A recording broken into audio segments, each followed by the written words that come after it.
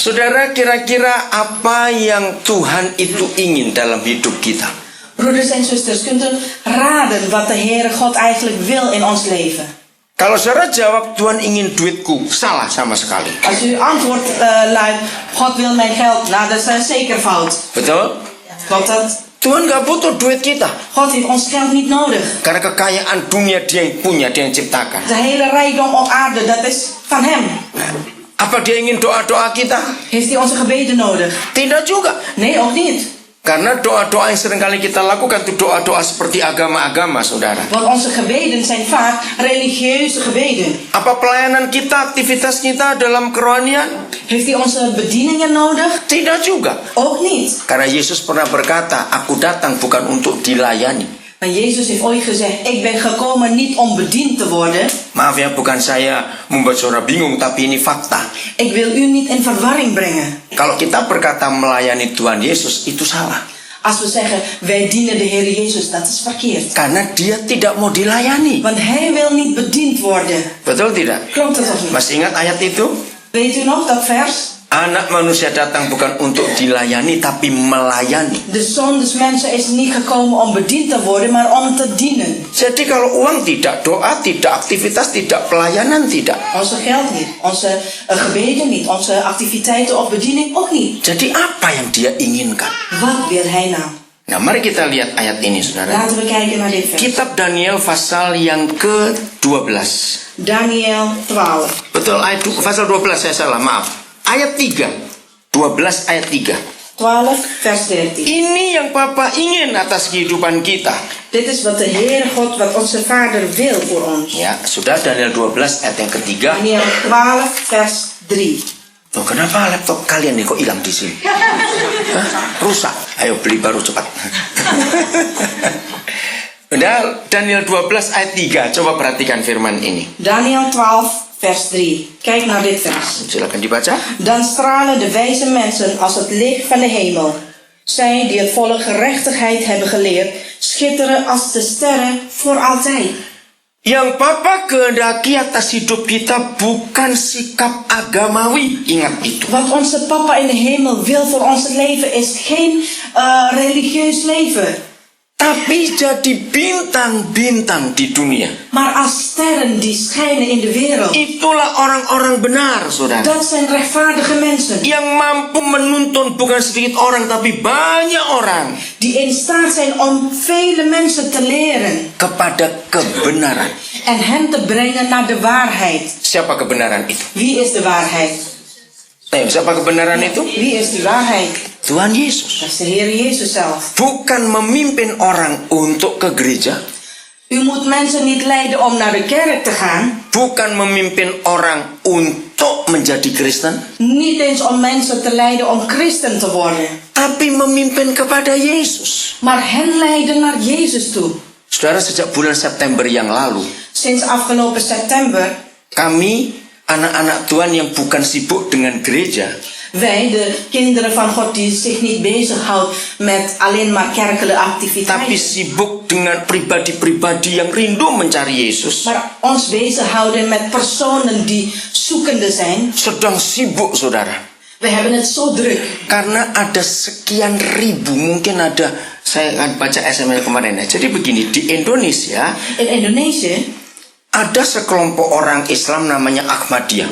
Er zijn een groep mensen, moslimen, genoemd Ahmadiyah. Nah, Ahmadiyah ini dibenci oleh orang-orang Islam di dunia, bukan cuma di Indonesia. Deze groep moslimen, de Ahmadiyah moslimen, zijn gehaat door alle soorten moslimen in de hele wereld. Niet alleen in Indonesia. Saya lupa di mana waktu jalan-jalan di Den Haag ada masjid mereka Ahmadiyah.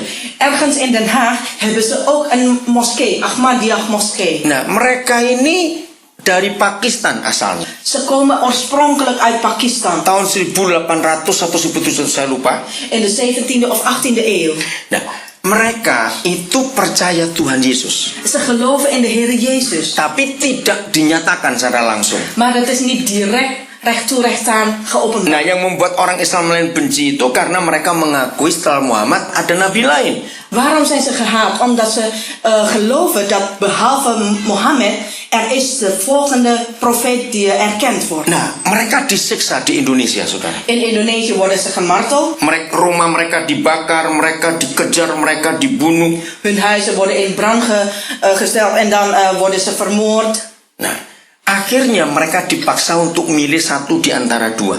En ze worden gedwongen om één keuze te maken. Ya, yang maksa orang Islam. Ze worden gedwongen door moslimen.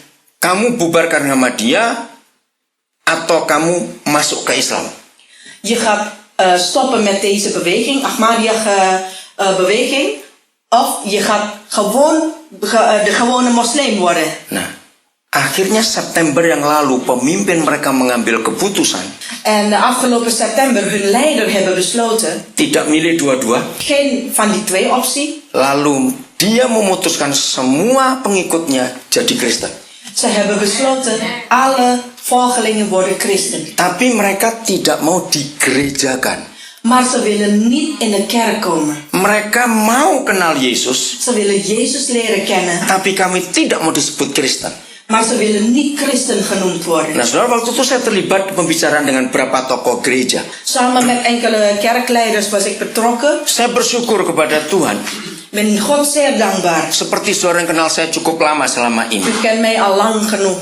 Akhirnya saya diminta untuk ikut memutuskan tentang keadaan mereka ini. Ik werd uitgenodigd om ook mee te beslissen over hun lot. Saya bilang di negara-negara komunis pada zaman komunis masih keras itu banyak orang Kristen. Ook in de communistische tijden waren er ook veel christenen Mereka tidak bergereja.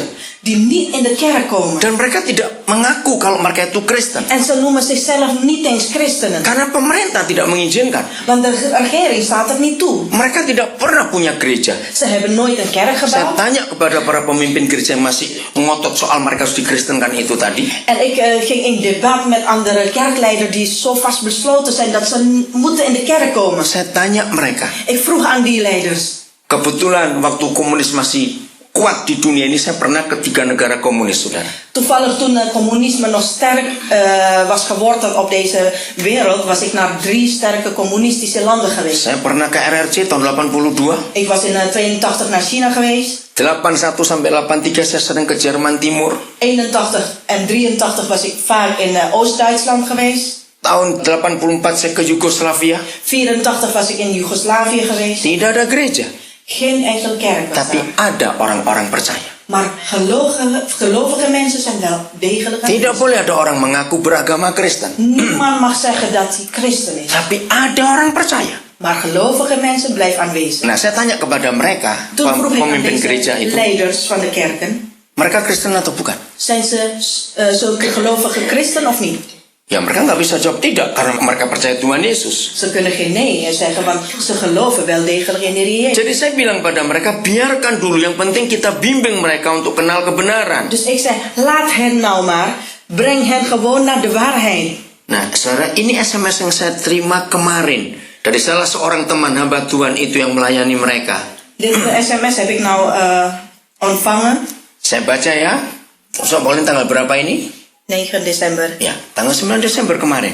Ya, dikatakan, Shalom, kita sudah tidak mendengar berita tentang Ahmadiyah di media massa. We horen niet meer over al die geruchten over Ahmadiyya-beweging in de media. Namun berita yang membawa sukacita surga sedang terjadi. Maar een vreugdevolle bericht, dat is aan het gebeuren. Kelanjutan dari fatwa atau keputusan ketua umumnya, De ontwikkeling van die besluit. kini sudah 3.000-an jiwa telah selesai mengikuti pemuritan bagi Kristus dan dibaptis. 3000 leerlingen zijn volgelingen geworden van Jezus en dan worden ze gedoopt. Gereja-gereja di Jawa Tengah dan Jawa Timur memuridkan kira-kira 50-100 orang. In Oost-Java en Midden-Java zijn ze 50 tot 100 mensen aan het discipelen. Saya sempat ikut jadi pembimbing. Ik ben een van de begeleider. Doakan kelanjutannya lagi. Bid voor het voortgang. Jumlah pengikut Ahmadiyah di Indonesia kira-kira 45.000 kepala keluarga. Ongeveer 45 gezinshoofden van Ahmadiyya-bewegingen zijn aanwezig. Doakan juga follow up-nya. Bid ook voor het voortgang. Nah, ini kejadian yang luar biasa, Dit is saudara. een buitengewone gebeurtenis. Nah, maka itu konsep agama Kristen kita harus ubah betul-betul. Dus het concept, onze gedachtegang over christendom moeten we echt veranderen. Berapa hari yang lalu kami sibuk ikut menghias hiasan-hiasan Natal. Enkele dagen geleden waren we bezig geweest met al die versieringen voor kerst. Nah, sibuk sekali. Dat is heel erg druk Nah, geweest. lalu yang mimpin kami itu berkata, En de leider die zegt, ini gara-gara Konstantin dibikin repot orang saja. het is juist door Constantijn zijn we zo druk geweest. Terus dia pertama ngomong saya nggak ngerti, saudara. Kedua kali ngomong saya baru sadar. Nog niet, pas de tweede keer besef ik het pas. Coba kalau kita lihat Alkitab kembali. Als we terugkijken naar de Bijbel, Nggak ada perayaan Natal semua itu, tidak ada. staat nergens genoteerd over kerstvieringen. Itu gara-gara Konstantin. Dat is door Constantijn ingesteld. Saya baru ngerti yang dia maksud. En toen begreep ik het pas. Saudara, ketika Kaisar Konstantin percaya Tuhan Yesus, Toen de keizer Constantijn tot geloof kwam in de Heer Jezus, sejak hari itu Kristen jadi agama di dunia. vanaf dat moment werd christen een religie. Sebelumnya bukan agama. Daarvoor was het geen religie. Sebelumnya hanya kehidupan Dat was een gewone leven, realiteit. yang punya cara yang berbeda dengan hidup orang yang lain. Die een andere levenswijze aannam met de wereld. Nah, ketika Kristen jadi agama, Op het moment dat christen een religie werd, kehancuran terjadi, saudara. dat was het begin van de afgang. Dan saudara lihat di Belanda, di Eropa. Kijkt u maar naar Europa, naar Nederland. Betapa bencinya orang-orang yang orang tuanya dulu Kristen, sekarang benci pada kekristenan anak cucunya. De afstamming van de christenouders, die haten nu dezelfde christendom. Saya percaya saudara pasti pernah ketemu orang ngajak mereka kenal Tuhan ke gereja. Pasti mereka akan mencibir, bahkan meludah, bahkan marah. U heeft misschien een ervaring als u een Nederlander dan brengt of vraagt om naar de kerk te komen. Dan wordt u dan misschien vervloekt of wordt u in uw gezicht gespuugd. Nah, ayat 3 Daniel 12 tadi. Daniel 12 vers 3. Itu yang kita harus pakai dalam hidup kita. Dat moeten we nou juist gebruiken en toepassen in ons leven. Menyatakan Yesus, Om Jezus te openbaren. menuntun banyak orang kepada Yesus. Om vele mensen te begeleiden naar Jezus toe. Tidak menggunakan kata gereja atau kata agama Kristen. Zonder het woord kerk of christen als religie te gebruiken. Kok nggak ada yang amin? Waarom zegt u geen amen? Loh. Amin? Amen. Ya, karena wajahnya wajah bingung ini. Kenapa? Want u lijkt zo allemaal in verwarring. Oke. Lihat kembali yang dikatakan Tuhan lewat Daniel. Kijk terug naar wat de Heere God zegt door het woord. Seperti bintang-bintang. Als de sterretjes Dunia mengakui, saudara, de wereld erkennen, kalau tidak ada bangsa Belanda, als er geen Nederlandse volk zou zijn, Angkatan Laut Kerajaan Inggris tidak akan sehebat sekarang. de marine van de Engeland zal niet zo'n prestatie hebben. Saudara tahu nggak bahwa kenapa Angkatan Laut Inggris bisa begitu hebat? Waarom is de Engelse marine zo buitengewoon machtig? Ternyata ada sejarahnya, saudara. Volgens de geschiedenis, Ketika pengikut-pengikut Luther dikejar-kejar oleh gereja Katolik di Belanda, toen de Luthers vervolgd werd door de katholieken in Nederland, Inggris negara yang terbuka untuk melindungi mereka. was Engeland een open land om hen in bescherming te nemen. Nah, pengikut Luther itu yang paling giat menjadi misionaris ke seluruh dunia dengan kapal-kapal mereka. En die Lutherse beweging zijn heel erg ijverige missionarissen, ook met de scheepvaart en zo, naar allerlei landen. Jadi, Inggris bisa jaya menguasai laut dunia itu ternyata orang Belanda yang mengajarkan. Dus daarom kan de scheepvaart in Engeland zo bloeien. Dat is door wat de Nederlands volk geleerd had. Saya lupa buku sejarah. Itu ditulis oleh seorang perempuan Tionghoa tapi kelahiran Filipina. Sejarah ini, ja. Geschiedenis werd in kaart gebracht en gepubliceerd door een Chinese vrouw die geboren is in Filipijn. Aduh, saya lupa namanya siapa itu. Google, coba nanti cari. Ya, oke, saya lanjutkan. Nah, jadi saudara perhatikan, angkatan orang-orang tua dulu, Dus de oudere generatie van vroeger, sebelum ada alat navigasi yang sehebat sekarang, voor al die GPS-apparaten net als nu, saudara bisa bayangkan siapa menemukan Manhattan? Wie heeft Manhattan toen uitgevonden of ontdekt? Pulau besar yang sekarang jadi terkaya di dunia di New York. Die New York eiland in New York, die rijke eiland. Hoe, Emil? Ya, orang Belanda. Dat is een Nederlandse man. Nah ini lulus nggak dulu jadi warga Belanda ini kok nggak ngerti semua. Heeft u al uw inburgeringscursus voltooid? Maka itu nama Great Wall. Tahu kok Great Wall? Wall Street, wah ini otak ini ngaco. Wall Street itu milik Belanda.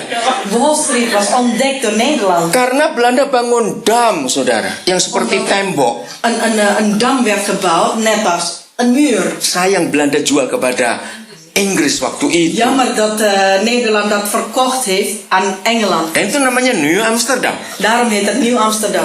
Dipikir Suriname. Apa? Oh, ditukar Suriname. Was Oke. toen verruild met Suriname. Nah, saudara tahu nama New Zealand? U weet ook Nieuw-Zeeland. Itu Belanda yang nemukan, orang dari Zeeland memang. Ontdekt door iemand uit Zeeland. Ketika mereka pertama kali melihat pulau-pulau itu kok seperti Zeeland. Ze dachten, hé, lijkt een beetje op Zeeland. Dan mereka beri nama New Zealand. Daarom gaven ze de naam Nieuw-Zeeland. Yang menemukan Australia pertama kali bukan Kapten Cook, orang Inggris, tapi orang Belanda. Australië werd voor het eerst ontdekt door Nederlander, niet door James Cook. Ini kok mukanya buka?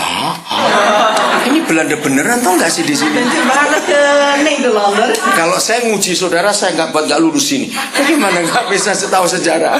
Als ik u een inburgeringstest moet geven, dan geef ik u allemaal onvoldoende. Nah, saya mau tanya kepada saudara. Ik vraag u. Apa yang dipakai oleh orang-orang tua Belanda dulu bisa mengarungi lautan, belum ada alat navigasi?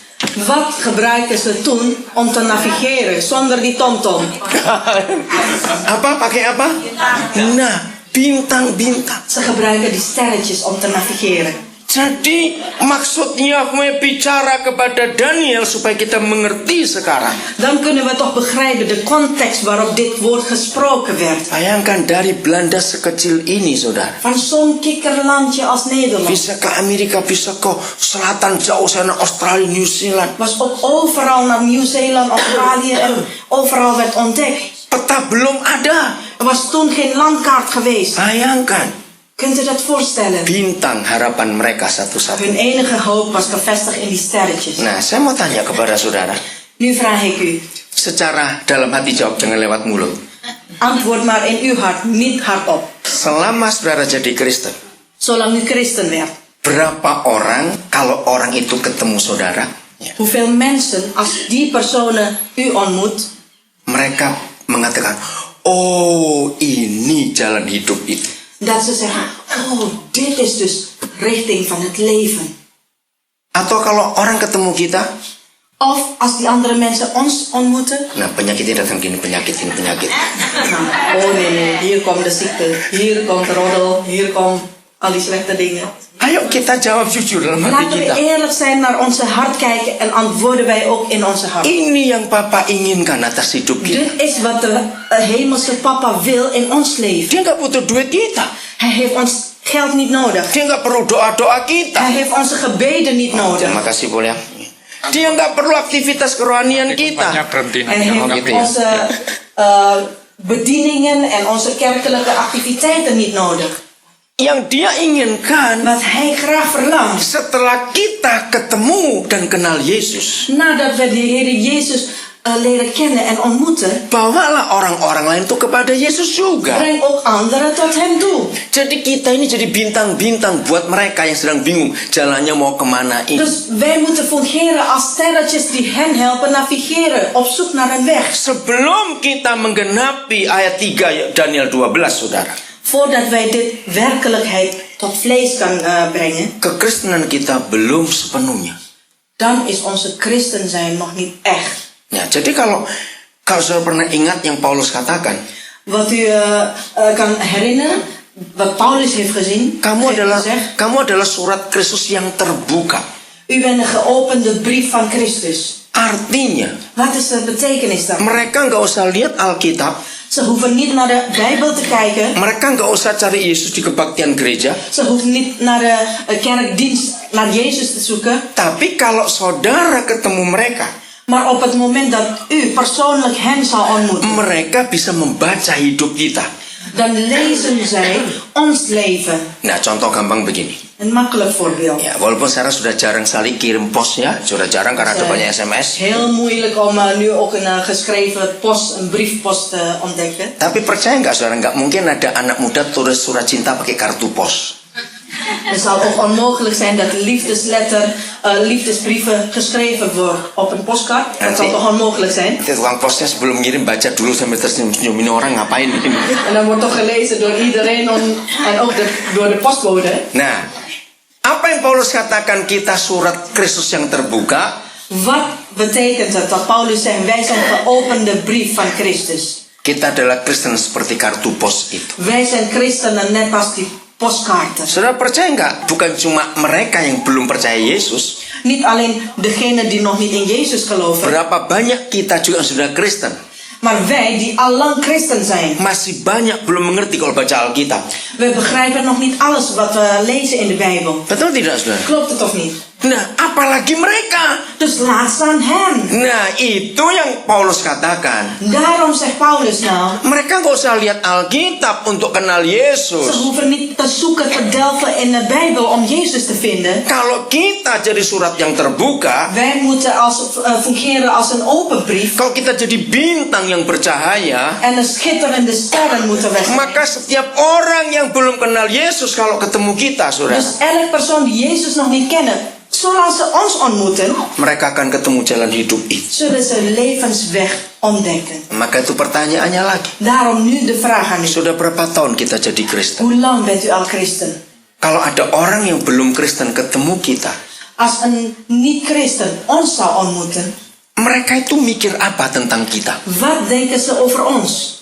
Ngerti pertanyaan ini, saudara? Begrijpt u waar ik naartoe wil? Seharusnya semua kita, kalau kita benar jadi Kristen yang mengikut Yesus, Als we waarlijk een volgeling van Jezus zijn, maka tiap orang yang ketemu kita, saudara, mereka akan tahu, oh ini arti hidup itu. dan zal iedereen die ons ontmoet begrijpen, nou, dit is nou de betekenis van het leven. Ketika Yohanes Pembaptis pertama kali jumpa Yesus, De eerste keer dat Johannes de Doper Jezus ontmoet, dia berkata, inilah anak domba Tuhan itu. zei hij hardop, dit is nou het lam Gods.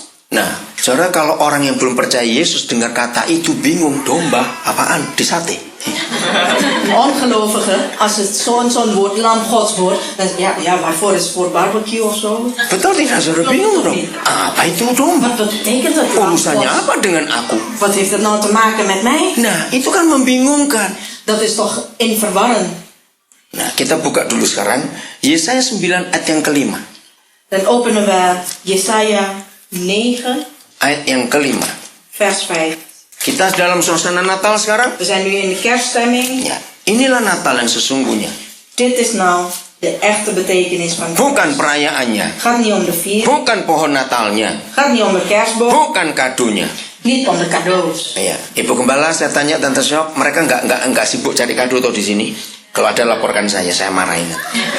Als er een cadeau-uitwisseling en zo voor kerst, daar gaat het nou niet om. Karena masih banyak orang Kristen ngawur, saudara. Er zijn nog heel veel christenen die, Ngawur apa ya? die doelloos leven.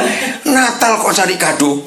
Is alleen maar bezig om een kerstcadeau te kopen. Ayo, kalau kita diundang orang ulang tahun, yang terima kado nggak ulang tahun tuh tamunya. Degene, als u uitgenodigd wordt door iemand die jarig is, wie krijgt een cadeau? Yang ulang tahun atau yang tamunya? De jarige of de gasten? Nah, ya. Kenapa kita goblok? Ja, waarom vragen we nu cadeau voor de gasten? Kalau kita merayakan kelahiran Yesus, yang terima kado dia, bukan kita, saudara. Als we werkelijk zijn verjaardag vieren, kerst, dan moet hij de cadeau krijgen, niet de gasten. Betul tidak? Klopt het of niet? Yang cari-cari kado bertobat ini. Dus ga bekeren, degene die kerstinkopen doen. Kita harus memberi kepada Yesus, Tuhan Juist kita. geven aan de Heer Jezus. Berikan jiwa-jiwa yang kita tuntun kepada dia. Geef de zielen die u begeleidt naar hem toe. Nah, inilah Natal itu. Dit is de ware kerst. Bacakan. Ayat 9, ayat 5. Er is een kind geboren. Ya, satu dulu. Satu-satu. Seorang anak. Kind, ya. Er is een kind geboren. Terus yang kedua. We hebben weer een koningszoon. Nah, terus seorang putra pangeran. Is een Nah, prins. Een bagus kroonprins. terjemahan itu ya. Oke. 9 ayat 5. Yesaya 9 vers 5. Saudara cari ayat apa tadi? Kok bingung? Yang salah saudara atau Paulin yang ngomong? Oke, sudah ketemu? 9 ayat 5? Oke, jadi yang pertama anak, bayi ya. Eerst was het een kind. Tapi ini terjemahan apa Paulin? Bahasa Belanda yang apa? Good news. Oh, good news. Ya. 5. Dalam bahasa Indonesia seorang putra, tapi ini pangeran, bagus sekali. Ya. In het andere vertaling is het eigenlijk gewoon een zoon, maar in de Goed Nieuws vertaling is het koningszoon. Jadi Yesus nggak bayi terus, saudara. Dus Jezus blijft niet een baby. Naik dia jadi pangeran. Zijn level gaat stijgen naar een kroonprins. Belum selesai. Yang ketiga. Op de derde level staat, op zijn schouders rust de heerschappij. Nah, saudara, semua sistem militer di dunia ini sama. Itu yang hebat, saudara. Alle militaire rangsystemen zijn allemaal hetzelfde wereldwijd. Sistem ekonomi, pendidikan, apa-apa semua negara beda-beda. Elk land heeft aparte economie en onderwijssystemen. Tapi hanya militer yang semuanya sama. Maar op het gebied van militaire ranken zijn het allemaal hetzelfde. Saya harap saudara ngerti ini ya. Dan begrijpt u dat? Saudara pernah lihat kalau saudara ketemu orang pakai uniform, Als u iemand in uniform ziet staan, lalu di lengannya itu ada pangkat jujur banyak sekali. dan ziet u allemaal op zijn bovenarm al die strepen staan. Jangan takut. Wees niet bang. Tapi kalau ada satu saja di pundak, Maar als er eentje op zijn schouder staat, ngerti nggak? begrijpt u dat? Nggak ngerti? Aduh kasihan. Oke, siap. Ik zal het karena ada yang uitleggen. begini tadi.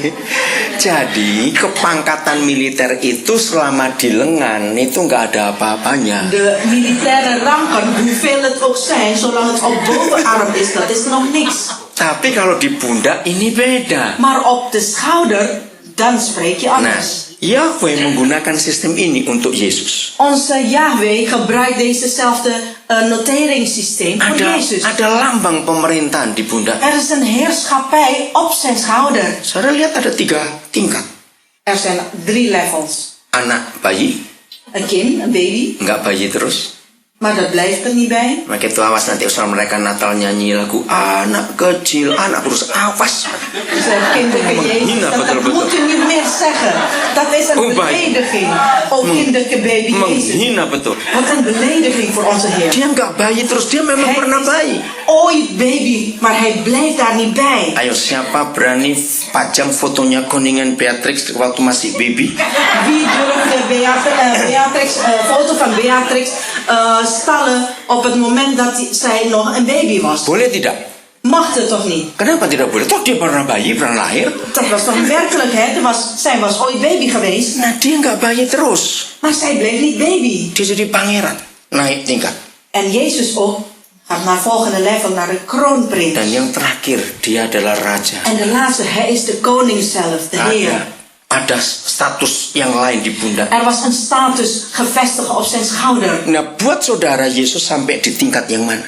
En voor u persoonlijk, tot welke level betreedt Jezus in uw leven? Banyak orang Kristen kurang ajar betul. Vele christenen zijn zo onbeschoft. Membuat Yesus nggak pernah lewat umur 11 bulan. Voor u persoonlijk is Jezus niet ouder dan 11 maanden Oke, oud. kalau dia lahir 25 Desember, Hij is 25 december geboren. 25 September umur berapa? En 25 september, hoe oud is hij? Cepat.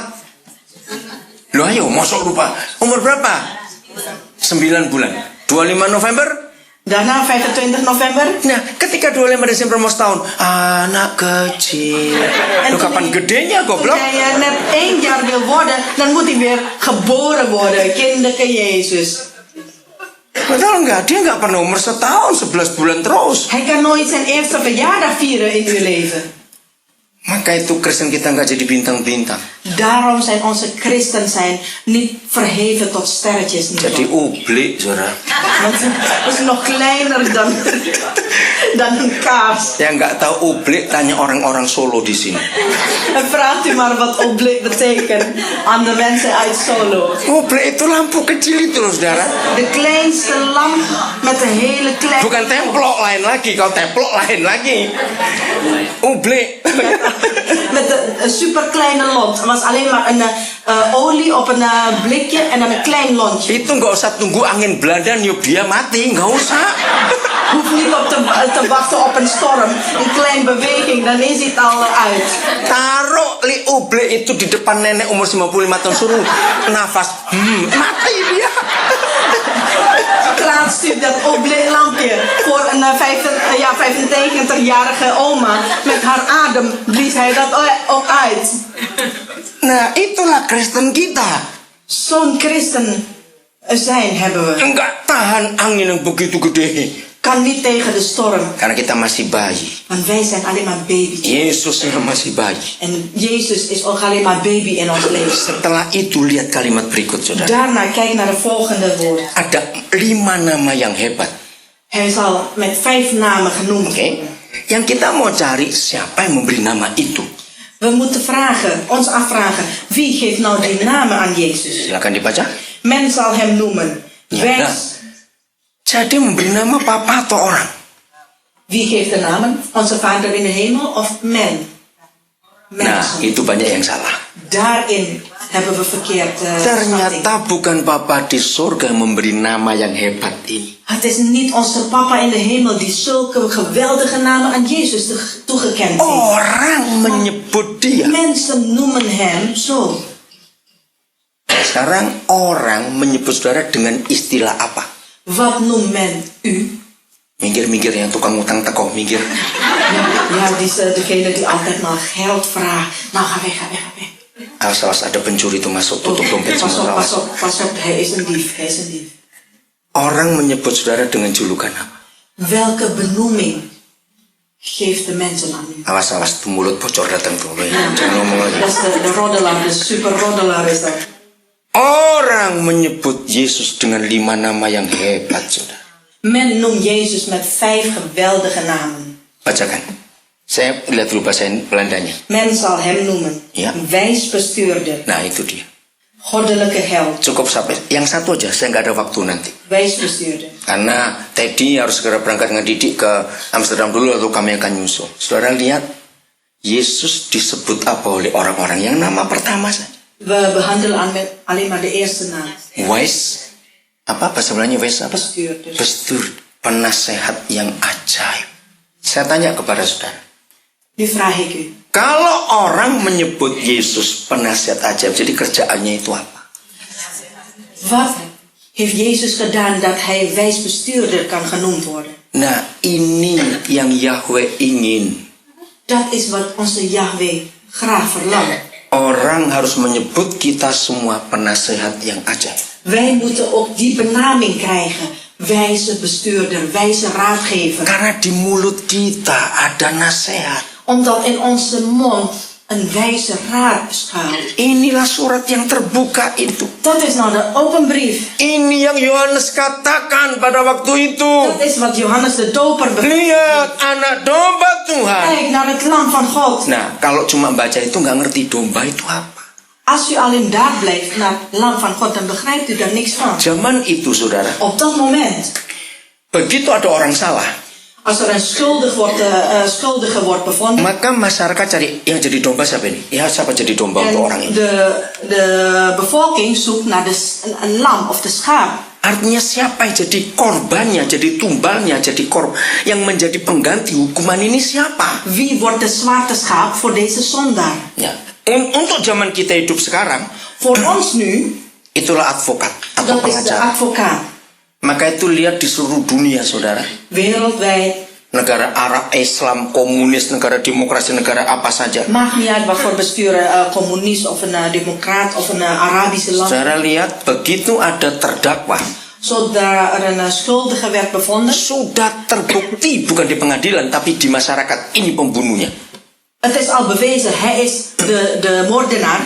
Tetap didampingi pembela atau tidak kalau di pengadilan? Krijgt hij nog steeds een advocaat of niet? Nah, itu kan luar biasa, bukan? Dat is toch geweldig? Kalau saudara ingin tahu siapa yang mengajar itu pertama kali? Wie heeft zo'n wet geleerd? Kitab Musa. Dat is Mozes. Kitab Musa adalah kitab hukum yang pertama di dunia ini. De 5 boeken van Mozes zijn de eerste wetboeken op deze aarde. Nah, ini yang Tuhan butuhkan akhir zaman ini. Dit is wat de Heer verlangt voor deze eindtijd. Kristen yang benar, saudara. Zulke ware christenen. Jadi domba. Wordt die schapen. Jadi advokat. wordt die advocaat. Maka itu tanya yang paling gampang untuk kita mengerti. Dus vraag je je af, met een simpele vraag. Kalau ada orang bersalah atau orang berdosa, takut nggak datang kepada kita? Als er een zondaar aanwezig is hij bang voor ons of niet? Kalau orang berdosa takut datang kepada kita, berarti kita ini penuduh dan pendakwa. Als een zondaar niet durft tot ons te komen, dan zijn we alleen maar beschuldiger. Masih ingat Wahyu 12 ayat 10? Openbaring 12 vers 10. Siapa pendakwa-pendakwa itu? Wie zijn de schuldenaar? Masa lupa, Wahyu 12 ayat 10. Openbaring 12 Iblis, saudara. vers 10. De duivel is de aanklager. Ini yang terjadi. Dit is wat gebeurd is. Kita selalu pasang telunjuk untuk menunjuk salah orang lain. Wij wijzen aan andere mensen wie wij de schuld kunnen geven. Kalau jadi domba, Maar als we de schaap zijn, jadi advokat, als we de advocaat zijn, itu membela dan jadi korban. dan vechten wij voor die zondaar. Itu yang dikenal oleh dunia pertama kali tentang Yesus. Dat is wat de wereld voor het eerst kent over Jezus. Saudara, saya mau tanya kepada saudara, jawab dengan jujur. Als ik u nu vraag, geef een eerlijk antwoord. Walaupun tidak semua kita pernah kumpul kelompok-kelompok drug ya, narkoba. Ook al hebben we niet allemaal te maken geweest met drugsverslaafden en zo. Tapi di Den Haag banyak, Amsterdam banyak, kita tahu itu. In Den Haag, in Amsterdam zijn er heel veel. Perhatikan pertanyaan ini. Let goed op mijn vraag. Menurut saudara, Volgens u, orang gereja atau kelompok narkoba yang lebih gampang terima orang? is het makkelijker voor kerkenmensen of voor drugverslaafden om andere mensen te verwelkomen? Aneh, saudara. Dat is toch raar? Sampai hari ini saya tetap terlibat dengan mereka di Indonesia. In Indonesië ben ik heel dichtbij betrokken drugsverslaafden geweest. Mereka itu kalau ada pendatang baru, Als er nieuwkomer in hun groep zijn, enggak ditanya detail dari mana kamu, asalnya kenapa, kamu makan obat apa, atau sakit apa, enggak ditanya. ze vragen niet eens waaraan